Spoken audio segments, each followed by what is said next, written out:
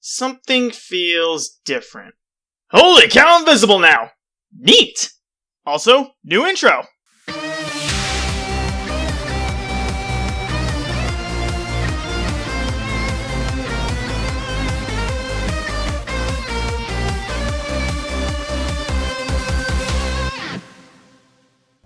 Well, the 8th generation of Pokémon is nearing its conclusion, and with Scarlet and Violet on the horizon, I feel now is as good a time as any to talk about my favorite Gen 8 Pokémon.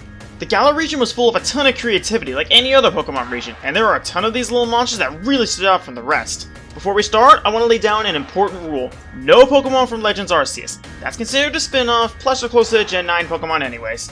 Well, without further ado, let's look at the best British Mons. Let's roll!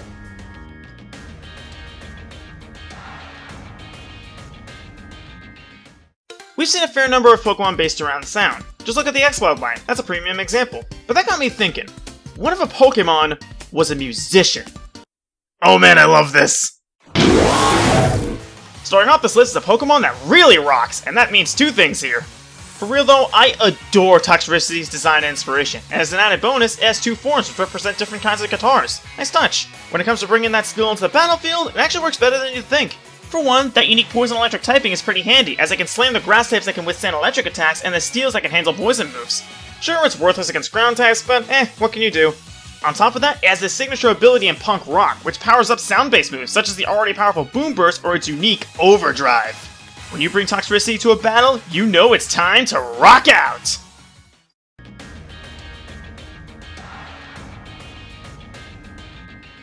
I thought the starters this gen were pretty alright. They didn't wow me like some other groups did, but I still liked them. Lots of people seem to gravitate to Scorbunny and its final evolution, Cinderace. But screw that, I want to talk about Monk! Seriously, I want to know who came up with this absolutely majestic design. There's something amazing about a giant grass monkey that loves to drum to its own beat, and I love it. Grookey and Thwackey weren't all that special to me, but Rillaboom I just adore. And this also extends in how it battles. For a bit, it was pretty unremarkable, but once it gained its hidden ability, that all changed. It was none other than Grassy Surge, and it took that ability and wound up completely outdoing the original user, Tapu Bulu, with it. But how is that? Well, between its access to both knockoff and U-turn, it was so much harder to answer. But more importantly, there's its access to the unique Grassy Glide, which it immediately became the poster child for. This move gains +1 priority in grassy terrain, making it one of the best finishing moves possible. King of the jungle and drummer for a band, what's not to love?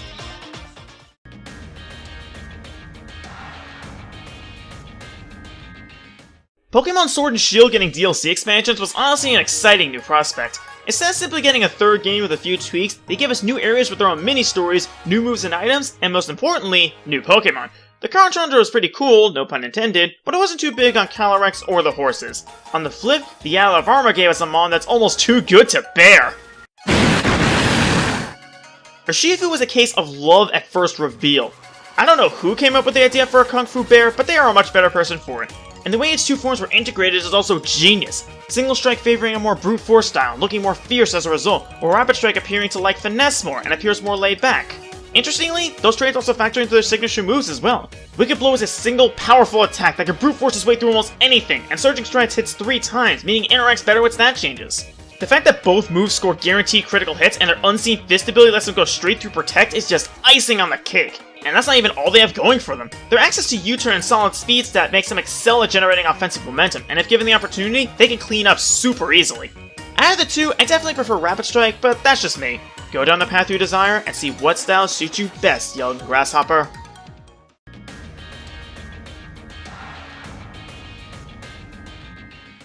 I've never been a big fan of most fish Pokemon. They're usually pretty boring without anything to help them stand out. However, note the usually in that sentence, because sometimes they can be pretty cool, and Galar definitely gave us a fish that swims in that cool club. Barraskewda is a rather straightforward Pokemon in pretty much every way. Its design isn't much more than a typical Barracuda, but the addition of its smug grin and that propeller tail really helps the whole thing come together. And that propeller isn't just for show, oh no, Barraskewda is fast, and I mean really fast.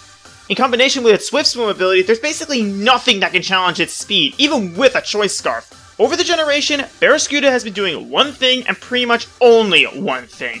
Coming out in rain and just absolutely wrecking everything. and it became even better in the Isle of Armor when it gained the excellent flip turn, allowing it to chip the opposition while also giving its teammates easy ways in to wreak havoc.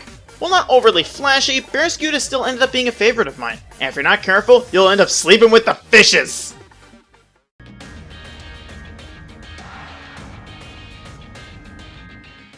Typically, box art legendaries have some sort of dichotomy going on. Groudon and Kyogre are land and sea, Reshiram and Zekrom are truth and ideals, stuff like that. But the dichotomy of Sword and Shield is as interesting as it is direct. But Sanshin looks like repeat, so it totally wins. That design right there is one of the sickest legendary designs in the series for me. In its normal form, Sanshin looks cool and collected, but when it slaps on the armor and the enormous sword, you know it means business. And speaking of swords, its ability is quite frankly absurd. Intrepid Sword gives Zacian an immediate +1 boost to its attack stat the moment it hits the field, and when you consider that its attack stat is already huge, it absolutely does not need the help. If you throw Swords Dance into the mix, Zacian destroys just about everything. Even Dynamax Pokemon aren't safe since its signature move Behemoth Blade does bonus damage to those giants. As a matter of fact, this sword-slashing Saberwolf was so unbelievably powerful that I got straight up banned out of Ubers, which is ridiculous! And then they thought normal Zacian would be fine. Yeah, they were dead wrong, as even without the steel typing and higher attack, it was still too much, and was eventually banned too. Zacian is without question one of the best legendaries in the series, and if you disagree, well, nice knowing ya.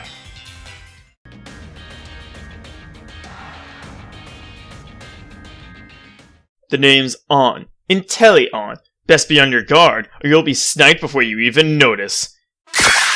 Getting serious for a moment, this is easily my favorite of the Galar starters. There was something about Sobble that just clicked with me when I first saw it, and raising it into this dapper as heck lizard was a treat to be sure. On the battlefield, Intellion is a combination of sneaky and strong. Its speed and special attack are solid, and while it doesn't have an absolutely ridiculous ability like its peers do, it can still absolutely get the job done. It not only has great water and ice type moves at its disposal, but it also has access to Air Slash, making it even harder to check with Pokemon like Ludicolo, which is just superb. It also has a pretty neat signature move in Snipe Shot, which will always hit its mark, no matter what distractions there may be. While it's not quite as flashy as Cinderace or Rillaboom, I still hold this as my favorite of the starter trio. Agent Intellion, out!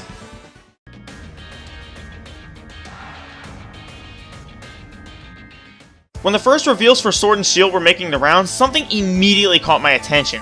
Galarian Zigzagoon. Seeing that made me so happy, since it not only showed that Pokemon beyond Kanto were getting regional variants, but as a Hoenn fanboy, it was just a treat. But then there was more. Something big. Something obstructive. Obstagoon is just so cool. Seeing Lightning gain an evolution after all these years makes me so happy, and it helps that Obstagoon itself just looks absolutely awesome. That hulking frame and that stance that just says, "Come at me, bro," is definitely a highlight in the Galar lineup. And it's not just potentially taunting you for the sake of it. Oh no. Obstagoon can be absolutely lethal. Its attack stat is stellar and has two abilities between Guts and Reckless to further augment its sheer power. What's that? That kind of power may not be enough? That's what you think, because Obstagoon also has a brutal hidden ace up its sleeve. Its signature move, Obstruct. This acts just like Protect, but with an added bonus. If the opponent's attack makes contact, then their defense will drop by one stage, priming them to get torn apart by this beast. This makes Obstagoon one of the most vicious attackers you could ask for if you play it right, and that's why he's so high on this list. Don't mess with this beast, or you might just end up gone!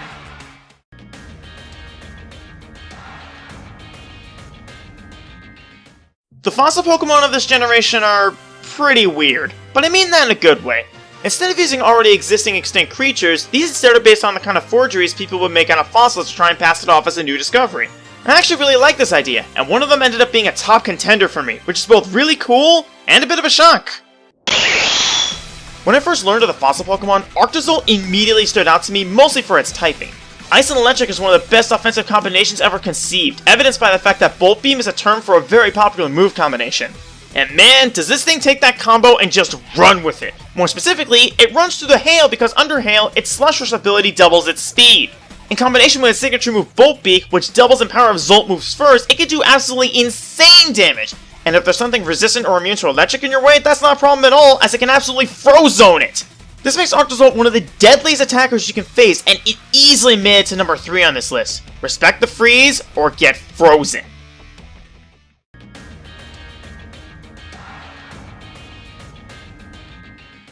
When Generation 8 was first being shown off, there was understandably a lot of hype to be had. One of the first Pokemon showed off after the starters was this little birdie, and then it was shown when it evolved into an armored birdie.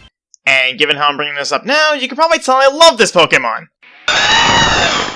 Seriously, what kind of creative genius over at Game Freak came up with the idea for Corvonite?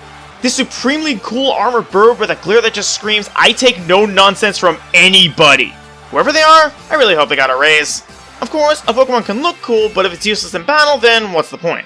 Fortunately, Corvonite is very far from useless. In fact, it's just incredibly good. With its massive defense stat and coveted typing, it basically says, Skarmory who? By completely one-upping that metal bird.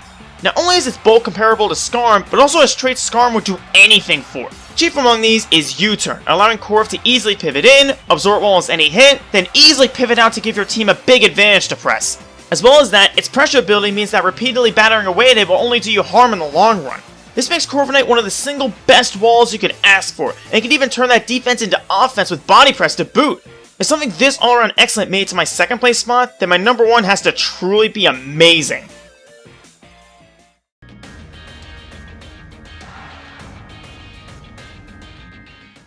You probably know the pattern of my favorite Pokemon from regions. For a lot of them, there's a connecting thread.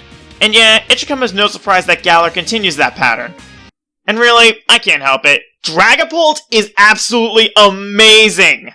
Out of every Pokemon the 8th generation provided, Dragopol sticks out to me more than any other Pokemon truly could. First off, that design is absolutely sick. It's based off an extinct amphibian, and this is the exact reason why it's both a ghost and a dragon, and I find that so cool. Plus, between the colors and the spectral nature of its design, it just looks fantastic.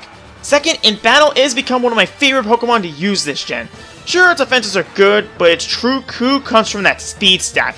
142 speed is incredible, and means that in most one-on-one scenarios, Dragopol will be faster. This can be used in multiple practical ways, either getting off huge damage with its attacks, or you can always play it safe and just U-turn out on a switch. As one of only 2 ghost types in existence to learn U-turn, Dragopol has a trait that makes every other spirit envious. With U-turn, it doesn't matter if you can predict well or have a solid response, it can just pivot out to counter your counter, meaning it'll always have the upper hand. For its phenomenal design and absolutely amazing battle utility, there's no other Pokemon I'd rather call my favorite from this gen. I'm Arrow Dragon, and I'm super excited for Generation 9! And that's all for this video, and I hope you enjoyed it. Seeing a Pokemon generation come to a close is always bittersweet, but this lets me see it off with a smile, and I hope you're all looking forward to Gen 9. As for my next video, it's gonna be a bit different, but I'm sure you'll like it. Well, until next time, this is Arrow Dragon, signing out.